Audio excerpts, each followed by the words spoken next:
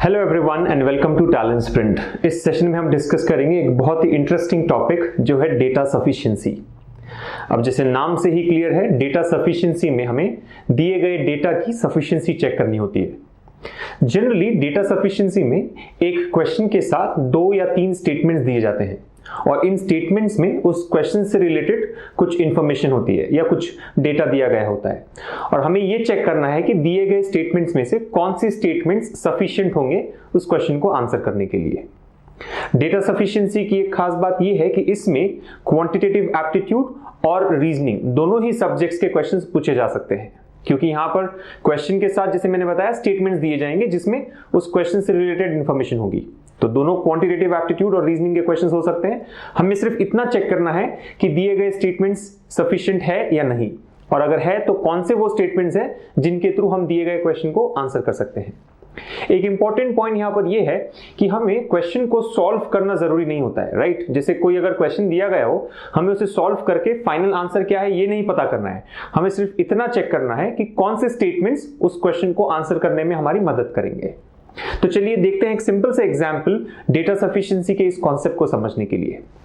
तो जैसे आप देख सकते हैं यहां पर एक एग्जांपल है जिसमें एक क्वेश्चन है और साथ में दिए गए हैं 2 स्टेटमेंट्स, राइट, और ये है 5 ऑप्शंस। तो ये एक टिपिकल डेटा सफिशिएंसी का क्वेश्चन है जिसमें 2 स्टेटमेंट्स दिए जाते हैं, राइट।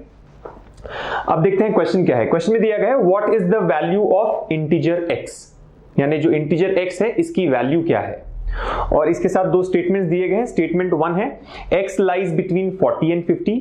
तो अगर आप देखें दिए गए क्वेश्चन में जो इंटीजर x की हमने बात की है उसी वैल्यू x से रिलेटेड इंफॉर्मेशन है यहां पर, x लाइज बिटवीन 40 एंड 50। और अगर स्टेटमेंट 2 आप चेक करें x is a multiple of 7। सो यहां पर आप देख सकते हैं कि दोनों ही स्टेटमेंट्स में क्वेश्चन से रिलेटेड इंफॉर्मेशन है। बस हमें इतना चेक करना है कि कौन से स्टेटमेंट्स हमें x की वैल्यू पता करने में हेल्प कर सकते हैं। और अगर आप इन 5 ऑप्शंस को देखें, जनरली डेटा सफिशिएंसी के ऑप्शंस इसी टाइप के होते हैं, राइट। ऑप्शन 1 है only statement 1 alone is sufficient, यानी सिर्फ स्टेटमेंट 1 से हम इस क्वेश्चन को आंसर कर सकते हैं। ऑप्शन 2 हमारा आंसर होगा अगर only statement 2 alone is sufficient, right. So अगर सिर्फ स्टेटमेंट 2 से हम क्वेश्चन को आंसर कर सके जब हम मार्क करेंगे ऑप्शन 2। ऑप्शन 3 है आइदर स्टेटमेंट 1 और स्टेटमेंट 2 अलोन इज सफिशिएंट, यानी अगर दोनों ही स्टेटमेंट्स यूज किए जा सकते हैं, राइट। स्टेटमेंट 1 और स्टेटमेंट 2 दोनों अलग अलग स्टेटमेंट्स इस क्वेश्चन को आंसर कर सकते हैं, तब हम मार्क करेंगे ऑप्शन 3। ऑप्शन 4 देखें, both the statements together are not sufficient. हमारा आंसर होगा ऑप्शन 4 अगर दोनों स्टेटमेंट्स मिलाकर भी हम इस क्वेश्चन को आंसर ना कर सके। और लास्ट है ऑप्शन 5 जिसमें है both the statements together are sufficient, यानी अगर दोनों स्टेटमेंट्स मिलाकर हम इस क्वेश्चन को आंसर कर सके तब हम मार्क करेंगे ऑप्शन 5। तो ये जनरली 5 टिपिकल ऑप्शंस हैं जो डेटा सफिशिएंसी के क्वेश्चंस के साथ दिए जाते हैं। अब देखते हैं कि इस क्वेश्चन को हम सॉल्व कैसे करते हैं, राइट। सो सिंपल सा क्वेश्चन है what is the value of integer x। देखते हैं statement 1 x lies between 40 and 50। अब इसका क्या मतलब होता है x लाइज बिटवीन 40 एंड 50। सी हमें क्लियरली क्वेश्चन में दिया गया है कि ये एक इंटीजर है, राइट। वैसे तो 40 और 50 के बीच में इनफाइनाइट वैल्यूज होती हैं, लेकिन क्योंकि x एक इंटीजर है हम देख सकते हैं कि 40 और 50 के बीच में लिमिटेड वैल्यूज है, राइट। क्या हो सकती है x की वैल्यू? फर्स्ट स्टेटमेंट अगर हम कंसीडर करें तो x की वैल्यू हो सकती है 41, 42, 43 and so on up to 49। 41 से लेकर 49 तक कोई भी वैल्यू हम x की कंसीडर कर सकते हैं, क्योंकि सिर्फ हमें इतनी इंफॉर्मेशन दी गई है कि x 40 और 50 के बीच में है। सो 41 हो सकता है, 42 हो सकता है, 43 and so on up to 49, कोई भी वैल्यू पॉसिबल है। अब अगर आप क्वेश्चन को पढ़ें what is the value of integer x, क्या हम इस क्वेश्चन को आंसर कर सकते हैं? नहीं, क्योंकि यहां पर मल्टीपल आंसर्स पॉसिबल है। ध्यान रखें डेटा सफिशिएंसी के क्वेश्चंस में हमें डेफिनेट आंसर जब तक पता ना चले हम यही कहेंगे कि क्वेश्चन को आंसर नहीं कर सकते हैं। तो क्योंकि यहां पर हमें x की डेफिनेट वैल्यू नहीं पता है, हम कहेंगे स्टेटमेंट 1 से हमें आंसर नहीं पता चलेगा, राइट। यहां पर हमें पॉसिबल आंसर्स पता है, 41 से 49 तक कोई भी वैल्यू हो सकती है, 9 पॉसिबल आंसर्स है, लेकिन डेफिनेट वैल्यू क्या है x की ये हम नहीं पता कर सकते हैं। तो इसीलिए हम कहेंगे स्टेटमेंट 1 हमें आंसर नहीं देगा, statement 1 alone is not sufficient.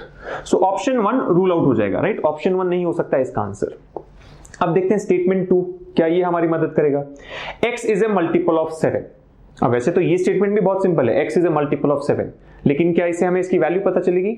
नहीं, क्योंकि मल्टीपल ऑफ 7 तो इनफाइनाइट वैल्यूज होती हैं, राइट। मल्टीपल ऑफ 7 का मतलब क्या? 7, 14, 21, 28 एंड सो ऑन, राइट। ये इन्फिनिटी तक जाएगा।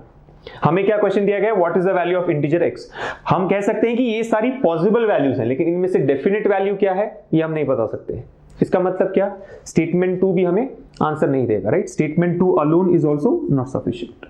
मान ली अगर इंफॉर्मेशन ऐसे दी गई होती कि हमें x की डेफिनेट वैल्यू पता चल रही हो, तब हम इस क्वेश्चन को आंसर कर सकते हैं। जैसे अगर स्टेटमेंट 1 में दिया गया हो x लाइज बिटवीन 40 एंड 42, अब 40 एंड 42 के बीच में एक ही इंटीजर है, वो है 41, तो हम कह सकते हैं कि यस स्टेटमेंट 1 काफी है इस क्वेश्चन को आंसर करने के लिए, क्योंकि हम कह रहे हैं कि x की वैल्यू 41 है स्टेटमेंट 1 से।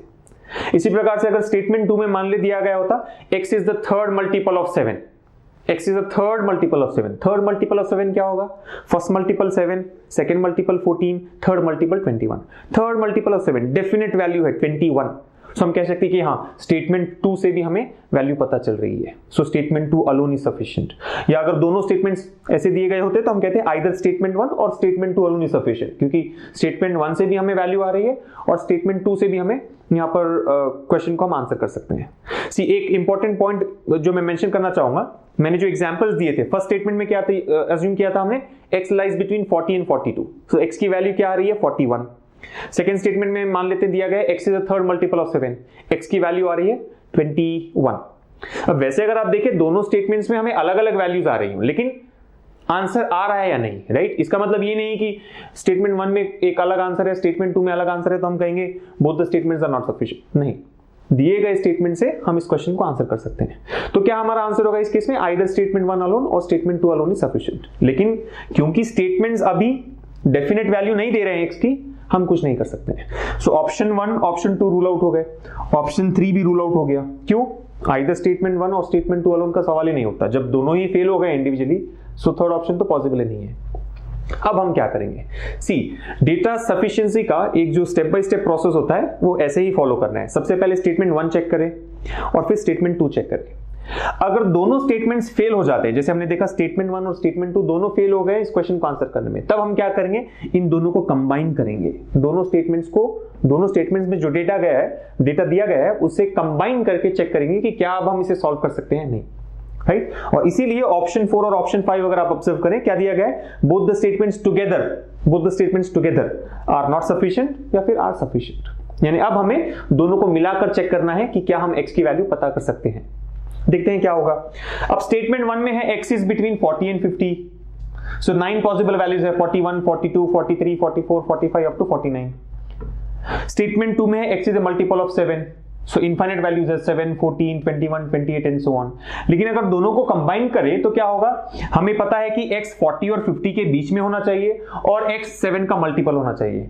अब 7 के कौन से मल्टीपल्स है जो 40 और 50 के बीच में आते हैं, 7 इंटू 6 42, 7 इंटू 7 49, ये दो ही वैल्यूज हैं x की जो 7 की मल्टीपल भी है और 40 और 50 के बीच में भी है। यानी अगर हम इन दोनों स्टेटमेंट्स को कंबाइन कर भी ले तब हमें दो पॉसिबल आंसर्स आ रहे हैं, या तो आंसर 42 हो सकता है या फिर 49।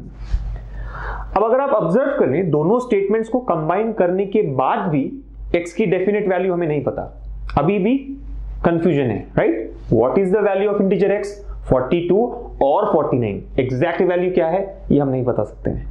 इसका मतलब क्या हो गया, both the statements together are sufficient, wrong हो जाएगा क्योंकि हमें डेफिनेट वैल्यू नहीं पता चल रही है। इसका आंसर क्या होगा, option 4, both the statements together are not sufficient. मान ले अगर एक ही वैल्यू आती x की, x इक्वल्स टू 42, अगर एक ही वैल्यू पॉसिबल होती तब हम मार्क करते ऑप्शन 5, क्योंकि दोनों को मिलाकर हमें आंसर आ रहा है। लेकिन क्योंकि दो पॉसिबल वैल्यूज हैं अभी भी हम डेफिनेट आंसर नहीं बता सकते, इसीलिए आंसर हो जाएगा option 4, both the statements together are not sufficient.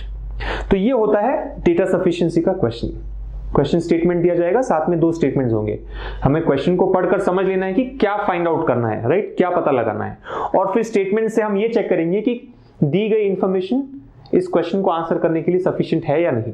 Important point जैसे हमने यहां पर डिस्कस किए, आंसर डेफिनेट होना चाहिए। यहां पर हमें डेफिनेट आंसर नहीं पता चल रहा है, स्टेटमेंट 1 अलोन से नहीं पता चल रहा है, स्टेटमेंट 2 अलोन से नहीं पता चल रहा है, और कंबाइन करने के बाद भी हमें डेफिनेट आंसर नहीं पता है, राइट। दो पॉसिबल आंसर्स हैं, इसीलिए आंसर होगा ऑप्शन 4। ऑलराइट, सो ये एक स्टेप बाय स्टेप प्रोसेस है। ध्यान रखें, डेटा सफिशिएंसी के क्वेश्चन जब आप सॉल्व करें, बिना दोनों स्टेटमेंट्स पढ़े या बिना सारे स्टेटमेंट्स पढ़े हमें आंसर नहीं मार्क करना है, राइट। जनरली क्या होता है, कई बार हम सिर्फ स्टेटमेंट 1 को पढ़ लेते हैं, राइट। जैसे मान लें अगर स्टेटमेंट 1 में दिया गया होता x लाइज बिटवीन 40 एंड 42, हमें पता करना है what is the value of x। Statement 1 में दिया गया x lies between 40 and 42, so 40 and 42 के बीच में 41, एक ही वैल्यू पॉसिबल है। इसका मतलब ये नहीं कि हम ऑप्शन 1 को मार्क करेंगे, only statement 1 alone is sufficient. क्यों? हमने यहां पर स्टेटमेंट 2 को चेक नहीं किया। शायद ऐसा हो कि स्टेटमेंट 2 भी हमें x का आंसर दे रहा हो, स्टेटमेंट 2 भी हमें क्वेश्चन सॉल्व करने में हेल्प कर रहा हो, और अगर ऐसा सच में हो तब हमारा आंसर ऑप्शन 3 हो जाएगा। यस और नो? ऑप्शन 3 में क्या है, आइदर स्टेटमेंट 1 और statement 2 alone is sufficient. Similarly मान लें अगर आपने सिर्फ स्टेटमेंट 2 को पढ़ा, स्टेटमेंट 1 आपने पढ़ा नहीं, स्टेटमेंट 2 आपने पढ़ा और स्टेटमेंट 2 से आपको आंसर आ रहा है, इसका मतलब ये नहीं कि आप ऑप्शन 2 मार्क करेंगे। क्यों? क्योंकि अगर स्टेटमेंट 1 भी आंसर दे रहा हो तब हमारा आंसर हो जाएगा ऑप्शन 3। सो एक इंपॉर्टेंट पॉइंट यहां पर यह है कि जब भी आप डेटा सफिशिएंसी के क्वेश्चन सॉल्व करें, सारे स्टेटमेंट्स पढ़ने के बाद ही आपको आंसर ऑप्शन मार्क करना है। बिना कोई स्टेटमेंट मिस किए आप इस क्वेश्चन को सॉल्व नहीं कर सकते, राइट। आपको सारे स्टेटमेंट्स पढ़ने हैं और उसके बाद ही आंसर को मार्क करना है। ऑलराइट, सो ये हो गया सबसे फर्स्ट इंपॉर्टेंट रूल। जो सेकेंड रूल है डेटा सफिशिएंसी के क्वेश्चन सॉल्व करने का, वो ये कि आप दोनों स्टेटमेंट्स को तब ही कंबाइन करेंगे जब ये इंडिविजुअली फेल हो जाते हैं आंसर देने में। जैसे हमने यहां पर देखा, स्टेटमेंट 1 से हमें आंसर नहीं पता चला और स्टेटमेंट 2 से भी हमें आंसर नहीं पता चला, तभी हम इन दोनों को कंबाइन करेंगे। अदरवाइज हमें कॉम्बिनेशन ऑफ स्टेटमेंट्स कंसिडर नहीं करना है। जैसे कई बार क्या होता है, स्टेटमेंट 1 से हमें आंसर आ जाएगा लेकिन स्टेटमेंट 2 से हमें आंसर नहीं आएगा, तो हमारा फाइनल आंसर क्या है, ओनली स्टेटमेंट 1 इज सफिशिएंट। अब क्योंकि स्टेटमेंट 2 से आंसर नहीं आ रहा है, इसका मतलब ये नहीं कि हम इन दोनों को कंबाइन करेंगे, क्योंकि स्टेटमेंट 1 अलोन काफी है क्वेश्चन को आंसर करने के लिए। सिमिलरली अगर मान लें स्टेटमेंट 1 से आंसर नहीं आ रहा हो और स्टेटमेंट 2 से आंसर आ रहा हो, तो हम क्या मार्क करेंगे, ऑप्शन 2। हमें कॉम्बिनेशन करने की जरूरत नहीं है। कॉम्बिनेशन हम तभी करेंगे जब दोनों स्टेटमेंट्स इंडिविजुअली फेल हो जाते हैं, जैसे हमने इस केस में देखा। ऑलराइट, अब एक बार देख लेते हैं कि 5 पॉसिबल आंसर्स किस केसेस में होंगे, राइट। ऑप्शन 1, ऑप्शन 2, ऑप्शन 3, 4 और 5 हम कब मार्क करेंगे, राइट। तो ये है स्टेटमेंट 1। मान ली स्टेटमेंट 1 से हमें आंसर आ रहा है और स्टेटमेंट 2 से आंसर नहीं आ रहा है, तब हम क्या करेंगे, ऑप्शन 1। इस केस में हमारा आंसर क्या होगा, ऑप्शन 1, राइट, फर्स्ट केस में। अगर स्टेटमेंट 1 से हमें आंसर नहीं आ रहा है लेकिन स्टेटमेंट 2 से हमें आंसर आ रहा है, राइट, हम इस क्वेश्चन को सॉल्व कर सकते हैं, तब हम क्या करेंगे, ऑप्शन 2 मार्क करेंगे।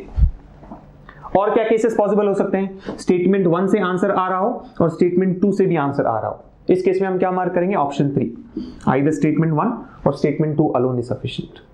अब आता है फाइनल केस। फाइनल केस क्या हो सकता है कि स्टेटमेंट 1 से आंसर नहीं आया और स्टेटमेंट 2 से भी आंसर नहीं आया, जैसे हमने इस केस में देखा था। अब जब दोनों स्टेटमेंट्स फेल हो गए, जैसे मैंने अभी अभी आपको बताया, जब दोनों स्टेटमेंट्स फेल हो जाते हैं क्वेश्चन को आंसर करने में, तब हम इन दोनों को कंबाइन करेंगे, अदरवाइज हमें कॉम्बिनेशन कंसिडर नहीं करना है। अब जब हम दोनों स्टेटमेंट्स को कंबाइन कर देते हैं तो 2 पॉसिबल केसेस हैं। क्या, दोनों को कंबाइन करने के बाद या तो हमें आंसर आएगा या फिर आंसर नहीं आएगा। अगर दोनों को कंबाइन करने के बाद मान ले हमें इस क्वेश्चन का आंसर आ रहा हो, तब हम क्या मार्क करेंगे, option 5, both the statements together are sufficient. और अगर कॉम्बिनेशन के बाद भी अगर आंसर नहीं आ रहा है, तब हम क्या करेंगे, option 4, both the statements together are not sufficient. So ये है एक एल्गोरिथम जिसे आपको फॉलो करना है, right. Step by step process है, पहले स्टेटमेंट 1 चेक करें, फिर स्टेटमेंट 2 चेक करें, राइट। बिना किसी स्टेटमेंट को मिस किए आपको इस क्वेश्चन का आंसर करना है, दोनों स्टेटमेंट्स पढ़ने हैं। अब 5 पॉसिबल केसेस हो सकते हैं, यस नो आंसर होगा ऑप्शन 1, नो यस आंसर होगा ऑप्शन 2, यस यस आंसर होगा ऑप्शन 3। अब जब नो नो आ रहा है तब हम इन दोनों को कंबाइन करेंगे। कंबाइन करने पर यस आ सकता है या फिर नो। अगर यस आएगा तो ऑप्शन 5, नो आएगा तो ऑप्शन 4, राइट। ये बहुत ही इंपॉर्टेंट फ्लो चार्ट है जिसे आपको समझना है, राइट। ये फ्लो आप अगर ना समझे तो क्वेश्चन को आंसर करना मुश्किल हो जाएगा। सो ये है एक सिंपल से एग्जांपल डेटा सफिशिएंसी के क्वेश्चन का। और जैसे मैंने पहले आपको बताया, जरूरी नहीं है कि सिर्फ 2 ही स्टेटमेंट्स हो, कई बार 3 या 4 स्टेटमेंट्स भी दिए जाते हैं। तब क्या होगा, तब हमें चेक करना होगा कि इन तीनों चारों स्टेटमेंट्स में से कौन से सफिशिएंट है क्वेश्चन को आंसर करने के लिए, या फिर कौन से नहीं चाहिए इन क्वेश्चंस को आंसर करने के लिए। अलग अलग मॉडल्स हो सकते हैं डेटा सफिशिएंसी में। ये सभी पैटर्न्स हम डिस्कस करेंगे एग्जांपल्स के थ्रू, लेकिन इंट्रोडक्शन पार्ट यही है डेटा सफिशिएंसी का, राइट। सो आपने प्रोसेस तो समझ लिया है। 2 इंपॉर्टेंट रूल्स मैं फिर से रिपीट कर दूं। रूल नंबर 1, बिना किसी स्टेटमेंट को छोड़े हम इन क्वेश्चन को आंसर नहीं करेंगे, राइट। यानी दोनों स्टेटमेंट्स को पढ़ने के बाद या सभी स्टेटमेंट्स को पढ़ने के बाद ही हमें इस क्वेश्चन को आंसर करना है। यह है रूल नंबर 1। और रूल नंबर 2, कॉम्बिनेशन हम किस केस में करेंगे, जब इंडिविजुअली स्टेटमेंट्स फेल हो जाते हैं इस क्वेश्चन को आंसर करने में।